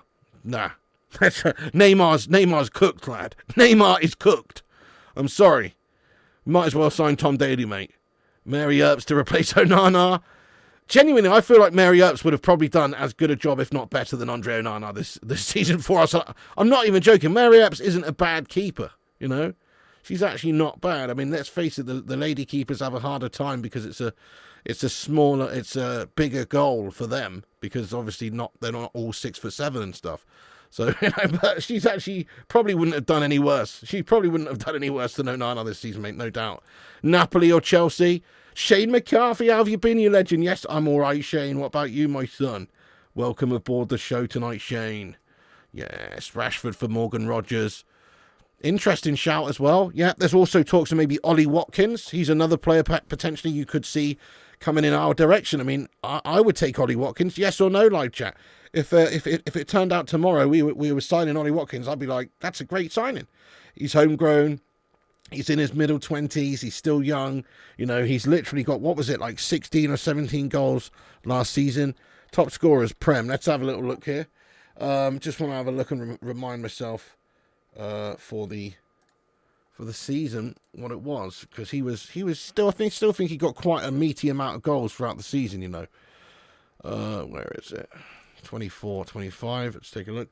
So, yeah, obviously, Salah, Isaac, Haaland, Mbeumo got 20. Chris Wood got 20. Visser got 19. Ollie Watkins in 7th place with 16. More than Palmer, more than Cunha. Obviously, Cunha and Palmer are not out-and-out strikers. Ollie Watkins is. Mateta got 14, you know. So, in terms of actual options, you know, you look at Visser getting 19 goals, especially with Mbeumo in the same team. You look at Ollie Watkins getting 16 goals. If they want, Ollie Watkins may well just be one away at Aston Villa at the moment. That he does seem to have a bit of a sulk on the last couple of months, right? Maybe he would be open to it. Maybe Aston Villa would be prepared to balance the books a little bit and sell him to us. Maybe they'd be keen on getting somebody in the opposite direction. A cheeky Sancho, a cheeky Garnacho. Who knows? Maybe Rashford if they can afford it. So there's certainly something to be done there, isn't there, for with Aston Villa maybe. Italy, you'll take Martinez and 25 million for Garnacho. Yeah, same. That would be a good deal for us, wouldn't it? That'd be nice. And it's not crazy for them. I mean, Villa are not expected to spend a lot this summer. So if they can get a player of Garnacho's quality for essentially only having to fork out 25 million, it seems like a pretty decent deal for them as well. United Prodigy says Villa is tight on money this year, so I don't think Villa would have 70 million. Exactly, yeah, that's it. No, they won't. They really won't. But imagine this as well. Here's another one. Reports are that Emery has an interest in Sancho also. I know Sancho's just linked with everybody at the moment, but apparently Villa do have an interest in Sancho. Now, how's about if you just sweeten the Martinez deal a little bit? You just say, hey, look, we'll let you have Sancho for the remainder of his contract, and even if we pay, half the wages. How much is that? There's a year left. He's on 300k a week, 1.2 million a year. That's 6 or 7 million. But if they're letting us have Martinez for 25 instead of 35, or 27 instead of 35, whatever, then it's kind of like, yeah, they probably would be open to taking on Jadon Sancho on a season-long loan. And Sancho probably would be open to joining Villa. I mean, they're doing better than us at the moment, right? So he probably would be open to joining Villa as long as he wasn't getting paid any less money. He's not going to go anywhere for less money. And Villa are not going to pay him that 300k a week, no chance. But if United were prepared to take the hit in the wages of paying half of his wages to go and play for them, and I could see a deal done with Martinez for a bit less, where they take Sancho for the remainder. And if not Sancho, then yes, maybe they are prepared to spend a bit of cash and get maybe Garnacho or Rashford, but the wages are going to be an issue there for them as a permanent signing, Yep, Sancho swap Martinez. Love that, lad. Love that. Yeah, just discussing that. Love that, lad. I think it's possible. I do. I mean, not a swap, obviously, but I think it's possible. I mean, Sancho's value is a pittance right now because of his wages. And I think clubs are quite aware that in a year's time they'll be able to go and get him as well for a lot less. Obviously, he's still going to demand a lot of wages. G-Will says yes for Ollie Watkins. Yeah, absolutely. Arsenal should sign Rashford. He's better than Martinelli. Do you reckon? I mean, Martinelli's pretty good for Arsenal, to be fair, though. They don't really need him. That's the reality. They just don't really need him. They need a number 9. I mean, they've got good players who can come in and play those positions. They've got Trossard off the bench. They've got, obviously, Martinelli there. They don't really need another sort of wider player. They need a number 9, don't they? Rashford's not the best number 9. Not number 9. Watkins, yes, please. Anyone over Rasmus. Watkins overrated? I don't know. I mean, his stats are good. I've been impressed with what I've seen from him over the years. He's a good option. I'm not saying he's a world beater, but he's got to be better than Højlund. You know he's better than Højlund. You're glad to see United trying to sign players from the league. Yes, that's it. That's the point. You know, Watkins has that proven Premier League experience. So does Mbeumo and Cunha. That's invaluable. They can do it. We know they can do it in this league. That's massive. There's much less of a gamble. Oh, I bet Kate Cadet Lad. I bet he would. He's 29. Get you 15, 18 goals. Yeah, he'll be 30 this season, but 2 years. Yeah, I'd take him. Watkins missed a lot of games. Hang on a second. What? Ollie Watkins is 29. Are we talking about Watkins still here? Because that's blown my fragile little mind, that has. Oh my God. That's mad, isn't it? Little Ollie Watkins, little Ollie Watkins is 29. I can't believe that, mate. That makes me feel so old. I still think of him pretty much as a kid, that guy. You know what I mean? That's mental, mate. That's blown my mind, mate. Anyway, still, he's still, that's a good age. That's a good age for some proper Premier League proven experience there. He's still banging the goals. You know, that's a good age for a few seasons, mate. We'll take him till he's 32, thank you. Nice one. Rashford swap for Martinez. Well, if they could afford the wages, unlikely because his wages are astronomical. Rashford swap for Dusan Vlahovic. Interesting. They'd have to give us some money, though, because I believe Rashford's just valued more than Vlahovic. In fact, there's reports Vlahovic could be had for closer to £20 million this summer because his wages are so big. Rashford is aged and he isn't the player he used to be, but he is managed well. I think he is good. He's a good player. He's done well for us in the past. We know what he's capable of. It's just he's a bit of a heads-gone merchant. He certainly seems to have fallen out of favour or fallen out of love with playing for Manchester United anyway. Couldn't really be asked last season, and it's a very bad example to set, especially when you're the man in the club getting paid the most out of anyone pretty much. It's pretty gash. Wayne says, what about a Thunderdome between Martinez and Onana? Oh, I'd pay to watch that. Thank you so much. We've got 22 likes to go in 300. Thank you so much there to get to 300. Thank you, Stephanie Griffith. Get some mad raw love in there, please, for Stephanie, for keeping us up to date with the likes there. Appreciate that. That's banging. We've only gone and got nearly 300, so thank you, everyone. And, yeah, once again, we've got 270 legends in here. Get yourself subscribed to the channel. We cover all the latest United news. We're on here every day around the sort of lunchtime, and then every night around about 10 p.m. for a late night show where we discuss all the United breaking news, any United news of the evening. And then if there is anything breaking, we obviously get on that any other time. So make sure you hit the subscribe button, hit the bell icon. We're 6 people away from 90,800. We've gone up nearly 20 subscribers this stream. Big ups to the community of legends. And if you are new, consider tickling the subscribe. Cheers. Big up Stephanie, let's go. Watkins, no, 30 years old, awful for our system. No hold up, no link up, no strength, just a poacher. Yeah, but isn't that what we need, though, Dino? Don't we need somebody who can bang the ball in the back of the net? Let the likes of Bruno and Mbeumo and Cunha and stuff create bare chances. And, you know, there you go. And then hopefully, you know, you just... I mean, look, what was Ruud van Nistelrooy if he wasn't really... You know, Ruud van Nistelrooy was a... I mean, to be fair, I've seen Ruud score a goal running from his own fucking half. But, you know, the reality is he was more of a fox-in-a-box type player. But he got the service needed to be an absolute goal-scoring machine. If you can get that service to him, why not? Jack Krauser, thank you so much for another super chat. Yeah, we should look at Ivan Toney. I know, we should look at him, yeah. You know, it's a good option. I think his wages are large, though, over there. But he does seem like he maybe wants to come home. That's what a lot of reports say. I don't know. I mean, his wages, what are his wages over there? I could only imagine they're massive for the player that he is. Because why would he have gone over there to begin with? You know, he's playing for a Premier League club. He was probably offered decent money to stay there, or at least offered elsewhere. And he decided to go over there where the money's huge. So I can only imagine he's on huge money. So, yeah. And also, don't you have to stay there for 2 seasons or 2 years before you get it tax-free? You know? I don't think he's going anywhere, mate. But you never know. Duran's another one as well. Yeah, Tony's getting tax-free money. There you go, yeah. Matty Braga says, Pig, would you take Vardy? In a heartbeat. Yeah, I definitely would. He could come in and be our third striker, our backup, our player to come on when you need a late goal, maybe. Yeah, I would not have done. I'd rather Vardy than Calvert-Lewin, honestly. Vardy still was good this season for Leicester. He still scored goals.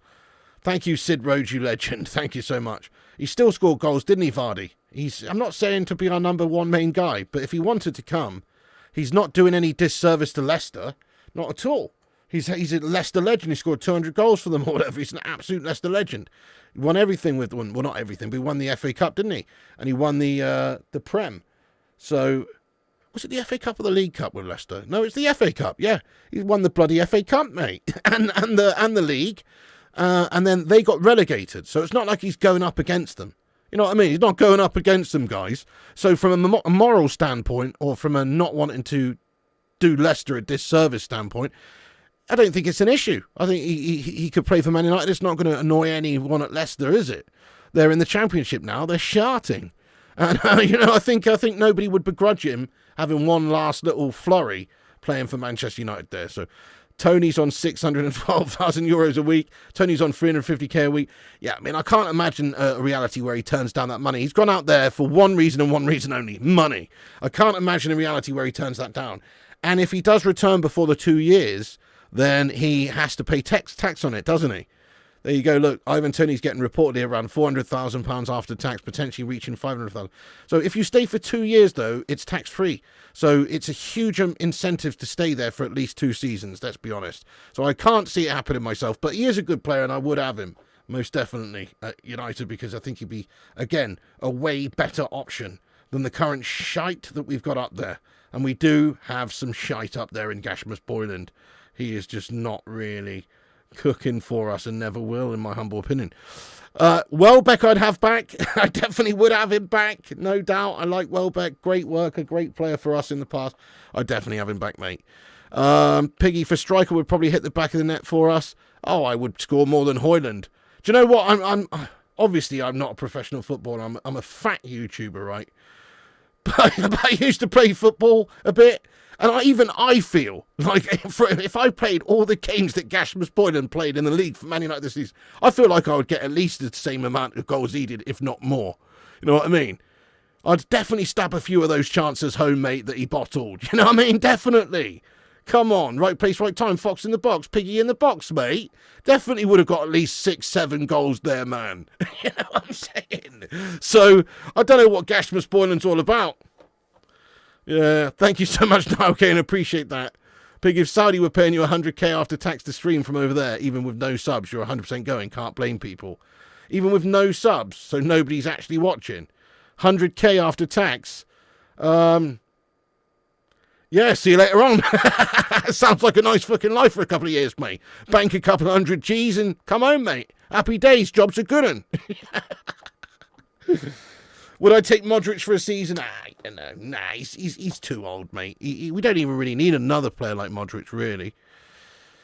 Exactly. That's what I'm saying. Stand in the box and get goals. That's it. You definitely get some headers from crosses, corners. I like to think of myself as a good finisher. Just ask Mrs. P. Hey-o! Big is huge. You get lots of headers. Yeah, there you go, mate. Strong lad. Strong. I'd be like Akin Fenwa or something, mate, up there. You know. Your fella Wayne's called me pumpernickel for 30 years. Only found out about a year ago that it means fart goblin. Wow, Paula. That's nice though. That's nice. Griffin says at the very least, Piggy, he would have scored the header in the Europa League final. Mickey van der Ven ain't reaching that. Hey, respect, lad. There you go. Well, honestly, I'm saying this with a little bit of jest. These guys get paid for a reason. These amounts, and at the end of the day, after 20 minutes, I'd be a wheezing mess. But for those 20 minutes, though, I'd be a danger. More dangerous than Gashmus Boyland. You know what I'm saying? But you'd have to sub me off after 20 minutes, though. Otherwise, it'd be like having a ghost up there. You know what I mean? I'd just be like sweating, just wheezing. It wouldn't be the best. But you get a good 20 minutes out of me. Bring me on at the end of the game when everyone's slowed down and watch me cook. Piggy the English Ibra. My name is Zlatan Ibrahimovic, and I am greatest Swedish striker of all time. Zlatan Piggy does what he wants. Zlatan does not wait to be selected in team. Zlatan just turns up and forces Ruben Amorim to let him play, and then Zlatan proceeds to score hat-trick. This is what Zlatan does. I can Pig one, 99 physicality. Piggy starts a channel following Al Nassr and Ronaldo. Oh, mate. Yeah, 5 minutes, 20 minutes, more like 20 seconds. maybe Ezio. I don't know. I can still run rings round you, sunshine. Yeah. Hard to be worse than Cashmus. Real presence in the box. Yep, definitely I'm a real presence in the box. Just ask Mrs. P. Hey-oh! TK, wasn't Rasmus' last goal banked off his legs by Diallo? Probably was, yeah. Get Ronaldo back. He should have never have gone either. Ten Hag stitched us up royally. We've gone over this. I don't want to go over it again, but it is a piss take, that. Get Shaw on MasterChef. Just put a Garland Green mask from Conair on him. I love it, yes. So he can't eat, lad. So he can't eat everyone's food, lad. That'd be a good shout. Yes. Hang on. We're only 1 like away now, guys. That's awesome. 1 like away from getting to 300 likes. Thank you, everyone who's showing your support for the stream tonight. You are indeed what we call in the industry a giant set of legends. Oh, no worries at all. Oh, no. Your mum's hurt her knee. Oh, that's terrible, Simon. Let's get some praying hands and some well wishes in there for Simon Warner's mum. Hope you get better soon there, Mrs. Warner. Much love to you. Sorry to hear that. That is not what you need, is it? But rest up. Simon's got your back there. Yes, we did it. We got 300 likes. Thank you so much, everyone. You're a set of absolute legends. And I appreciate you. You're a Wycombe Wanderers fan? Mate, that's tough, mate. That is tough, isn't it? Goodness me, we go on about United having these woes and these troubles right now. Imagine being a pig in Wycombe Wanderers fan, do you know what I mean? Goodness me, that's tough. Hi there, Rob, Always United. Welcome in, mate. How you getting on? DJ, thank you for liking the video. That's awesome, you hero. Shaw has enough on his plate already. Let's not pick on him anymore. Even if we get Martinez, he's suspended for his red card versus us. I know, but only for what? A few games, though, Jonathan, right? We can handle a few games without him. I mean, that's not a reason not to buy him, is it? Just because he's out for a few games. Come on. That's not a reason not to buy him, mate. He'll be back after that, and then he'll be raw. We just need, obviously, to play probably Bayender for a couple of games. That's if Onana goes. If Onana doesn't go, then I guess we would be taking Onana, wouldn't we? By the way, thank you so much, Zane Miyasi, for getting in here super raw, my son, with a $4.99 super chat. He says, Piggy, 30... Oh, for fuck's sake, Zane. Always talking about betting, lad. Piggy, 30 bet you have 3 meltdowns and Amorim sacked before Avatar 3 released in December. Oh, goodness me. I mean, I'll take that bet, Zane. I don't think Amorim's getting sacked before December. No. If I had to guess, I'd say January, mate. No, I'm joking. I think he can make it, obviously. It's tough for him. He needs a good sort of run. If he is struggling, even after a couple of months, he could be on the chopping block. But I'm going to say, yes, I'll take that bet. I don't think I will have... I might have 3 meltdowns, but I don't think Amorim's going to get sacked before Avatar 3 is released, okay? So I would take the bet, mate. Yes, Emmy is spicy. Thank you so much for that. Say me assy, mate. What's good? Where are our signings? Why are we so slow? It makes me mad. Good call, my son. Good call. Yeah, it's just trying to get it finalised. The Cunha deal was done quickly. Wolves were very open to sell, obviously, for that amount of money. Brentford, I think, at the moment, just being a little bit greedy. Either that or United are just trying to structure the deal in a way that Brentford don't want. So they're just trying to thrash it out. But it's not too far away, I don't think. But it is annoying, mate. I know. I would have thought this would have been wrapped up a week ago. Remember when we were looking at signing Evan Ferguson? That kid's never reached his potential, which is a real shame. It's weird, isn't it, Matthew Smith? Goodness me, when you think about some of the great players that look great and then just end up not really doing all that much, it's weird. You can never really truly predict it. Remember how good Dele Alli was? What about even like, what was that lad we signed from Crewe Alexandra some years ago? Nick something. What was his name, guys? Shit, what's his name? But he looked mint, mate. He was scoring these bangers. He looked mint. Just never amounted to anything, did he? What was his name? Yes, Nick Powell. That's it. Yes, Nick Powell. Yeah, so I remember like looking at YouTube videos of him back in the day when we were signing him. And he just looked like absolutely mint. And then obviously it just never really happened for him. That's it. There you go. So it's a strange one, isn't it? Footballers need to stay fit. They need to have a bit of luck. They need to like treat their body like a temple and be really professional in this day and age and have ambition and work really hard, and even then sometimes it doesn't work out for them. So it is a strange old game, but the cream rises to the top ultimately, I suppose. The cream rises to the top. Just ask Mrs. P. Hey-oh! All right, stop doing that now, guys. It's about end of tax year announcements when dollars and budgets are affected. There you go, exactly. So maybe 1st of July could see a big flurry. Too much wasted time at Manchester United. Nick Berry? What about Nick Berry? That's the guy from Heartbeat, isn't it? Heartbeat. That's the guy from Heartbeat, mate. Never hammer him for 3 seasons. Slot will go well before when his training wheels come off this season. Wouldn't it be funny? I would love it. I would love it if Liverpool shat it this season after spending all that money and getting Wirtz in. Imagine if Wirtz just squirts and just absolutely sharts it in the Premier League. I would love it. I don't think very high there, Barber. You know, I don't think it's a reasonable expectation that they will get him. It's too much money. They're spending loads of money this summer already. I just can't see it, lad. Do you think we'll get Martinez? We can't go another season with Onana? I do. I mean, there's fresh positive reports tonight. You know, look at this. This is via Fab, and it says Emi Martinez will be willing to join Man United this summer, even without Champions League football.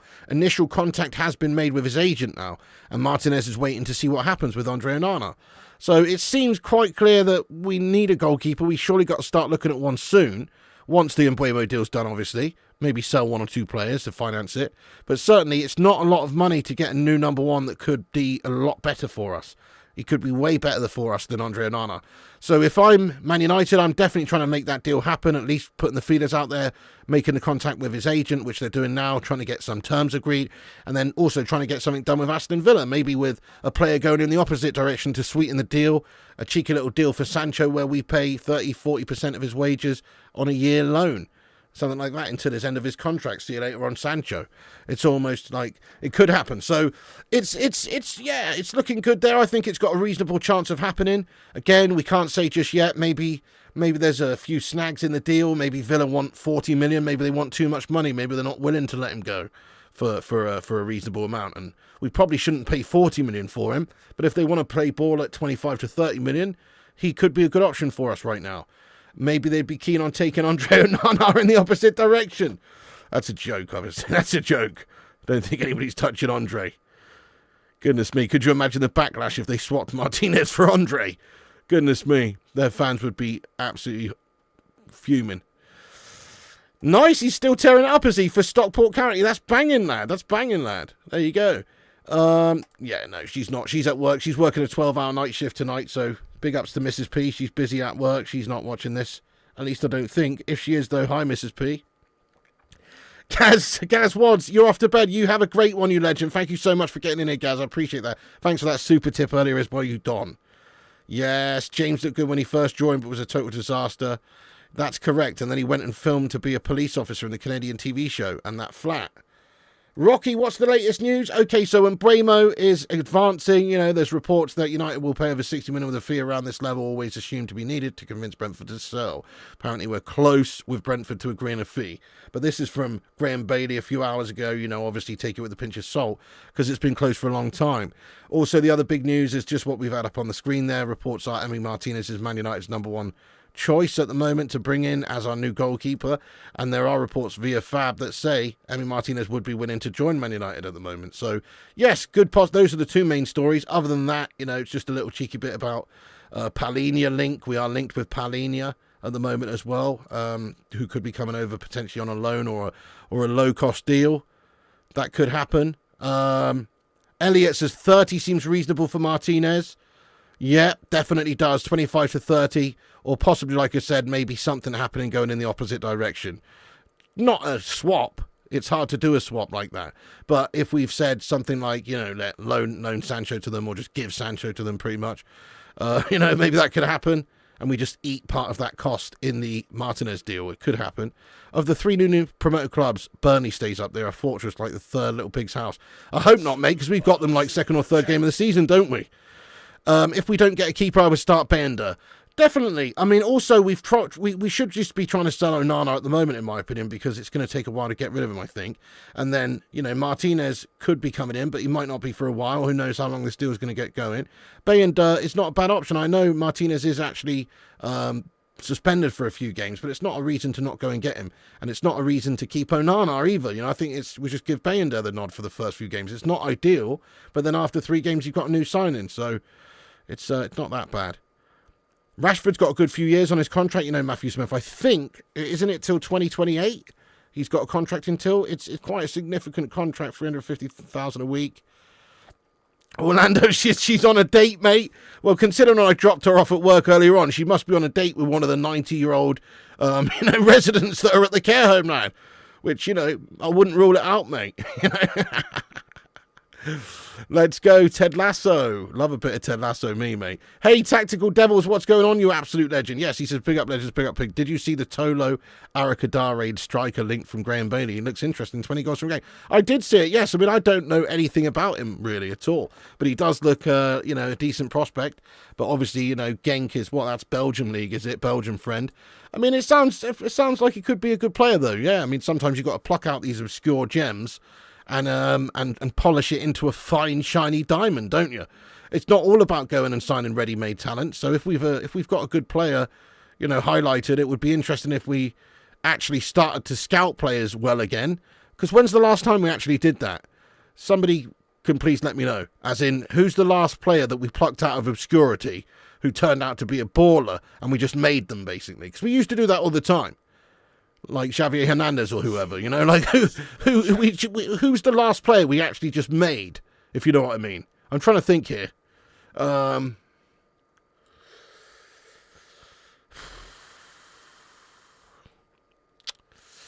Struggling. I'm struggling there. Zayn Miasi, thanks for the super chat, lad. He says 150, you don't beat us on opening day. Why no Avatar free trailer released? Mistake is not to release. Okay, well, to be honest with you, Zane, I'm not going to take that bet with you. Not because I'm not confident of beating you, because I am confident of beating you. But I just feel like United, I feel like I could get better odds at the bookies, mate, than that. I'll tell you what I will bet you, though. I bet you 150 that you don't beat us. Isn't that the same? 150, you don't beat us on opening day. So you're saying that if Arsenal draw, then you win. I don't want that. I want if Man United draw, then I win, lad. That's what I want. That's the only fair way I'd take that bet. Otherwise, I'm best off placing it with the bookies, lad. Nice one, Zane. Appreciate that. Thank you so much. Jack Krauser, thank you so much for the super chat again, lad. Get in there, Jack. Jack's going raw in there, lad. Who's that is your character there? Is that M. Bison or not? I don't know. Or is it looks like John Kreese, possibly, from The Karate Kid. I don't know. I'm struggling here. But Jack Krauser, he says, seeing Liverpool fans happy and smug breaks my heart. It's horrible, isn't it? It's horrible, mate. Oh, insufferable, lad. We're back on our perch. It's insufferable, isn't it, lad? Yeah, the players coming in. Thank you so much, Jack, for that. Again, lad, it's annoying, but, hopefully it doesn't last too long. The players coming into the last contract of the season are Casemiro, Maguire, and Dan Gore. You'll take those odds. Would you take Onana keep Onana as a number 2? I don't see the point, really. If we've still got Tom Heaton and Bayender, which we do, I can't imagine Onana would be too happy playing a complete backup role for us. Maybe he would, but I can't really see it. Plus, he's probably just on too much money for a backup goalkeeper. You don't need a backup goalkeeper who's, a first-team keeper, really. It's nice to have a bit of depth there. But really, you could do with generating a bit of cash by getting him gone and spending the money elsewhere, I think. Why can't Manuel sign Real Madrid's second goalkeeper? Well, maybe we could, but also, again, you have to remember, United is not a huge Goliath club. It would be easier to keep a player like that, a good keeper, as a number 2, if you're a huge Goliath club winning things, challenging for Champions Leagues and all that jazz. It's easier. Then maybe it makes more sense to have 2 proper number 2s, 2 proper number 1s. Yeah. Oh, no worries there, Mr. Vincent Bullock, lad. Pay you soon, pay for that house in So Fast Laughing Out Loud. Nice one there, Vincent Bullock. I think I got what you meant there. Oh, I remember Philip Mulrine. Of course I do. Yeah. Really? He became a Catholic priest? No way. That's mental, lad. I remember Philip. I always thought he was going to be a really good player as well, Philip Mulrine. He was decent, lad. Ezio says, Carrick. Yeah. One clown, enter Man U, keeper leaves Thunderdome at Carrington. Gabriel Hainsey, what a player. Onana has a contract until 2028. That's horrible, isn't it? Yeah. So does Luke Shaw, I believe. Ronaldo probably came in as a young buck and turned into a superstar. Yeah, there's a great example. Carrick was doing it at Spurs, to be fair.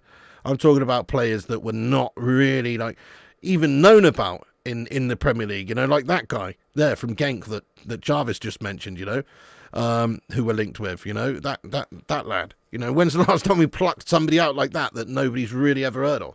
I know some of you are going to say, oh, yes, I know him, he's fucking mint. Fair enough, but, you know, I don't watch much Belgian football. That's what I'm saying. So, you know, it's a bit of a pluck of obscurity like Xavi Hernandez. Ahmad, I guess. I mean, he was coming through from Atalanta there, yeah. Yep, Chicharito Hernandez, definitely. Anthony, don't say Anthony. Park's a good one, actually, Ezio. Yeah, Park's a good one. Temperature update. Oh, it's creeping up there. 27.8 degrees. 27.8, and the humidity's rising, 65%. It is sweaty Betty in here. Betty Swallocks. Some serious Betty Swallocks going on. I won't be streaming too much longer, guys, but I'm going to read a few more out. Once again, hit the like button, smash the subscribe button if you're new to the channel. Get yourself involved there raw if you can, and have your say for a few minutes before we wrap the stream. Bloody hell, have we been streaming for 96 minutes? That's mad. That's actually mental, guys. I can't believe that. I would have thought it'd been about an hour. I've been hot the whole time too. So it just goes to show how quality the conversation's been with you legends tonight. Big up. Thank you so much for everyone chatting tonight. Are you concerned with our speed of getting the deals done in time for pre-season? Definitely, Fat Thor, lad. Definitely. Big time, you know. We've got to get them in before pre-season games. The 19th of July. We've got a month, lad. If we don't do that, then we're failing to prepare properly for the season. Nanny's another great shout. Patrice Evra. I mean, he was doing bits before he came over, wasn't he? But I know what you're saying. Didn't he? Was he at Marseille? Was he? Didn't he win like a? Was it a European trophy before even coming? I don't know. Could be wrong. Eric Bailly, yes. Well, didn't you pluck obscurity with Ji-sung Park? There's another one. Yep. Eric Bailly. Berbatov was a great player for Spurs, though. He's not really plucked from obscurity. They plucked him out of obscurity. We didn't. We just went and signed a really good player, really, from there. Brentford, there will be 67 to 70 million in negotiations. Tottenham going to Semenyo if they're rejecting getting a new player. Go on, Lucky Sing, lad. Love that. Have you seen them fans that you can buy that you plug into your light and it might do what you need for that garage? I haven't actually, but I mean, I should definitely get a fan upgrade. I've only just got a little desk fan. Oh, yeah, he should still be our number 2, Matthew. Betty Swallocks, let's go cake. Yes, because Sergio was super solid and good, and he was, like, actually content playing that role for us, and he got quite a few games, and he did well, got some medals, he did well. Like, certainly Sergio Romero, he should still be our number 2, mate. 96 minutes in the sauna is dangerous. True, and it's getting there, isn't it? I was waiting to at least hit 28 degrees, though, before I bail. So, you know, we're on 27.9, it's creeping up. We'll get there in a moment. Nemanja Vidic, what a player. Oh, that's a great shout, to be fair, Jack. That's another good one. Plucked Vidic out of obscurity there from Spartak Moscow, wherever it was. Next thing you know, he's the best bloody centre-back in Premier League history, pretty much. Or certainly one of them. So, yeah, good call on that one. It's going to rise to 28. Pig's still streaming because he's not turtling yet. Absolutely. Yes, indeed. Monaco De Gea. Would you sign Tariq Lamptey? I wouldn't. Not anymore, no. Maybe a couple of years ago I might have done, but no, I think we need better now. Yep, Stan, what a beast he was. Exactly, Elliot. It does. We'll talk about a new bid in around 63.4 to accept. Yes, Brentford, Tottenham have gone. Semenyo, let's go, Lucky Sing, lad. Like, let me just check the updates that have come throughout during the show here tonight, guys, and just see what's occurring in the journalistic world with any late night bombers. There isn't any late night bombers. No more stuff tonight, really. I don't think it's going to be anything coming out tonight now. But, yeah. Wayne says, can't believe it's been 96 minutes, went so quick. It's good when you laugh. Yeah, 100%. Thank you, everyone, for getting in. A great chat, as always. Loving the community vibes tonight, as always. Legends. We'll be back on tomorrow night, so make sure you smash the like and subscribe. Click the bell icon for notifications. But I'm going to stick around and read a few more out. We're not done just yet. I'll probably stream until 11:30 here, guys. So, yeah, get your thoughts in. You have a neck fan, just charge it up and voila. Oh, yeah, I've seen those. They look awesome now. They go around your neck, yes. Rafael da Silva, great shout, yeah. In Southeast Asia, it can get up to 33, 35 degrees C on a normal day. Yeah, true, but I mean, it's probably like, does it even feel as hot there as it is here, though? You know what I mean? Because there's something about this English weather, mate. It's muggy, lad. It's humid as, you know, it's sweaty. It's Betty Swallocks. Plenty of hydration, people like Jarhead style. Yeah, bring back Gary Bailey. Back with his appearance, Luton home game, September 86. Didn't play, injury made him retire. Better than Onana. Oh, definitely, lad. I mean, you know, Beppe from EastEnders was better than Onana, to be fair. The De Silva brothers, Jemba. Tottenham going for Semenyo. I really hope so. I mean, I like Semenyo as well, to be fair, but 28 degrees will bag that bag sag.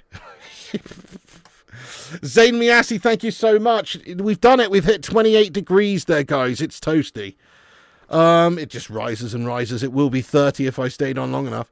Zayn Miasi, thanks for that. He says there will be less Super Chats next season as taxes going up. Sorry, Piggy. That's piss poor, Zane. That's sad, mate. I get that, man. Although, didn't you say the same last season, man? You know what I mean? Yeah, Cake says that's great news for us, Zane. No, that's sound. Well, you know what you should do, Zane Miyashi? You should just sell your James Cameron used underpant collection, and that'll probably get you at least a few hundred bones, you know, to make up for it. So maybe have a think about selling your James Cameron Kex collection, lad. What do you reckon? Let us know. Thank you, Vexinar, for subscribing to the channel. Yes, Claude Greengrass. Yeah, Greengrass is better than Oiland. At the start of the show, I was a double extra large. Now he's a medium. Back in the day, we had 4 top strikers. These days, not even 1 top striker. True, we should have 3 top strikers in this day and age. Because it is different. We don't play 2 up front. It's like a front 3 with pretty much 1 out-and-out striker. But you should have 3 quality out-and-out strikers, lad, at different stages of their game. One who's like in their prime, who's your main guy. One who's like a up-and-comer young beast. And one who's like an experienced head, who's just like a backup rotation player. You know, like a Jamie Vardy type. Or a Michael Owen type when we signed him on a free, if you remember. You do rate Heaven and Obi. Oh, yeah, same. And also Yoro, man. Yoro, what a player he's going to be, I think. You and Mrs. Pig. Thank you, Wayne Ranikar. Appreciate that. It feels hotter here. Yeah, it just feels hotter in the UK for some reason. Juan Sebastian Veron. You're in Phoenix right now. 45 degrees Celsius with 7 humidity. No chance to sweat. Shit the bed, TK. Yeah, but isn't it even crazier when it's like really humid but ridiculously hot? Oh, okay. Southeast Asian's known for its humidity. Oh, fair play then, Fat Thor there. Yeah, probably even more hardcore over there, lad, than here. You know, it's not even 30 degrees. Like some places in Southeast Asia can get to like, you know, 30 plus, 40 plus degrees, can't they? Talking about EastEnders, you heard Zoe Slater's coming back. Yeah, she's already back, isn't she, Vincent? Yeah. I haven't watched it for years, but I remember her back in the day, you know, obviously. You ain't my mother. Yes, I am. You know, all of that. Mbeumo, Brentford, best kept beard. United not had a beard since Roy Keane. Better find a club. Amorim said, which club will he go? You what? Oh, Garnacho. Probably Napoli or Villa or Chelsea, maybe. Yes, I'm melting.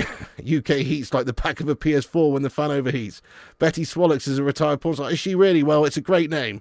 Strangely enough, Piggy's what they call short at Carrington. Who needs goals?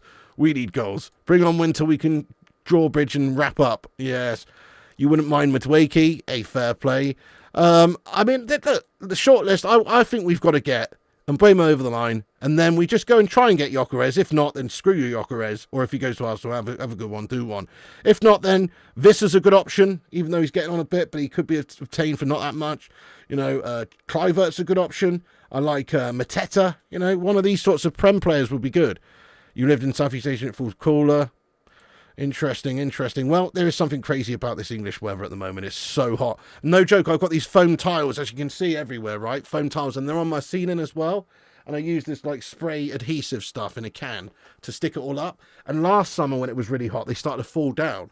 And this summer, they're starting to peel at the corners, some of them, you know. So, it's hot when that's happening. Old Trafford Way, yes, mate. Great name. Our defence ain't as bad as people think. They just need a good keeper behind them. Totally with you, Old Trafford Way. Totally with you. I don't think the problem areas lie in the defence or the midfield. I think at times they defended really well throughout the season. It's about shocking error-prone errors, not being able to really get the ball transitioning properly and utilise the ball at the top of the pitch there in attack. We don't create enough quality chances, and when we do, we haven't got the clinicality to finish it. So if you got rid of the goalkeeping errors, probably save you 15 points a season with a top keeper. And if you've got an actual striker who could get you 20 plus goals a season from number 9, that'll probably get you 15 points a season as well. So that's an extra 30 points right there just from replacing 2 players. There's no exact science, I'm just guesstimating, but that's my opinion. Yes. Oh, Teddy Sheringham, what a player, mate. One of the best such an intelligent footballer, you know. He didn't have the most speed or physicality or whatever, but what he lacked in that, he made up for in just sheer intelligence. Teddy was a fantastic footballer, mate. Yeah, I loved him. How could you ever not love him after what he did in 99 as well? Get the gaffer tap out pig and fix those tiles. Gaffer tape out and fix those tiles. Collier is going to be a great player. I think so too. Yep. Absolutely could be very good for us. Right, guys, I'm going to pretty much wrap the stream up then. I am melting a bit, so we're going to wrap this up. But as always, please do hit the likes before you go. Smash the subscribe button if you're new. We're going to be on here again tomorrow afternoon. We're almost at 90,800. We're only 3 subscribers away. If you're one of the ones who's not yet hit the subscribe button there, smash it before you go. Help us get to 90,800. We're so close. Thank you, everyone, for chatting with me tonight. Great chat, as always. Great community vibes. Love the Bacon Brigade. Big ups to the Hamada. Shout out to the Pork Platoon and the Sausage Soldiers and everyone in here. Thank you, Elliot. Thank you, Griffin. Yes, mate. Jamal. Everyone. That's true, Jamal. I'd fancy your gran up front, mate. Wait, what? That sounded like a Wayne Rooney comment. No, I just meant fancy your gran up the top of the pitch there, mate. Yeah, Eggy Ten Hag spend some of the works money. I know that's what we're hoping for, mate. Get some of those Ajax friends in. Come and get Anthony Dos Gastos. Even Onana would be amazing. Yes, that's true. Mazrui, very good. Mark Hughes was a baller lad. Thank you, Old Trafford Way, for subscribing and liking. I appreciate that. Thank you so much.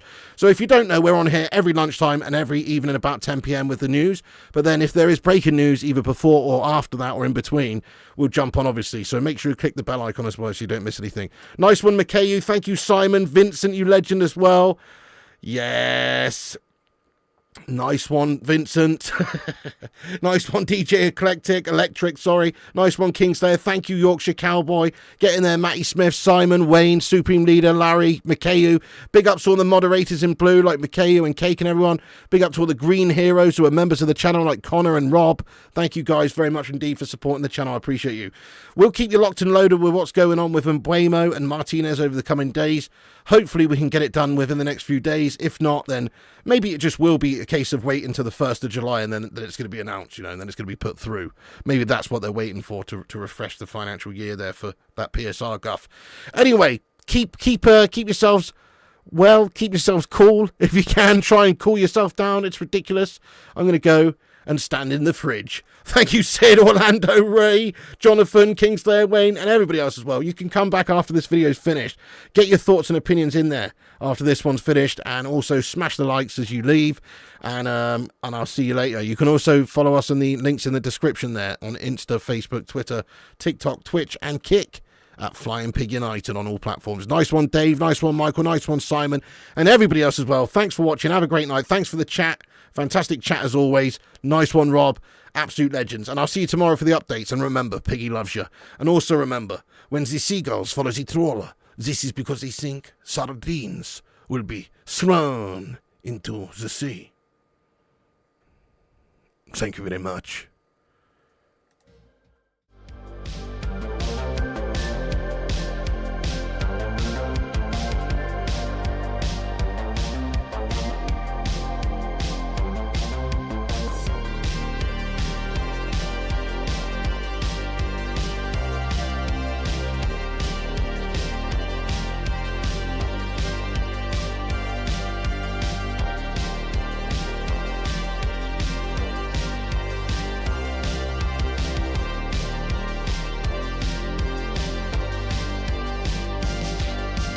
Get in there, you beauties. Thank you so much to all the patrons here for supporting the channel on patreon.com/FlyingPigUnited. As a thank you, all you legends will be appearing on this outro list. Get in there. Once again, thank you to all the YouTube members, but one of the best ways you can support the channel is on patreon.com, so check it out. Patreon.com/FlyingPigUnited. And once again, a big thank you to all the legends that do support the channel on Patreon. Get in there.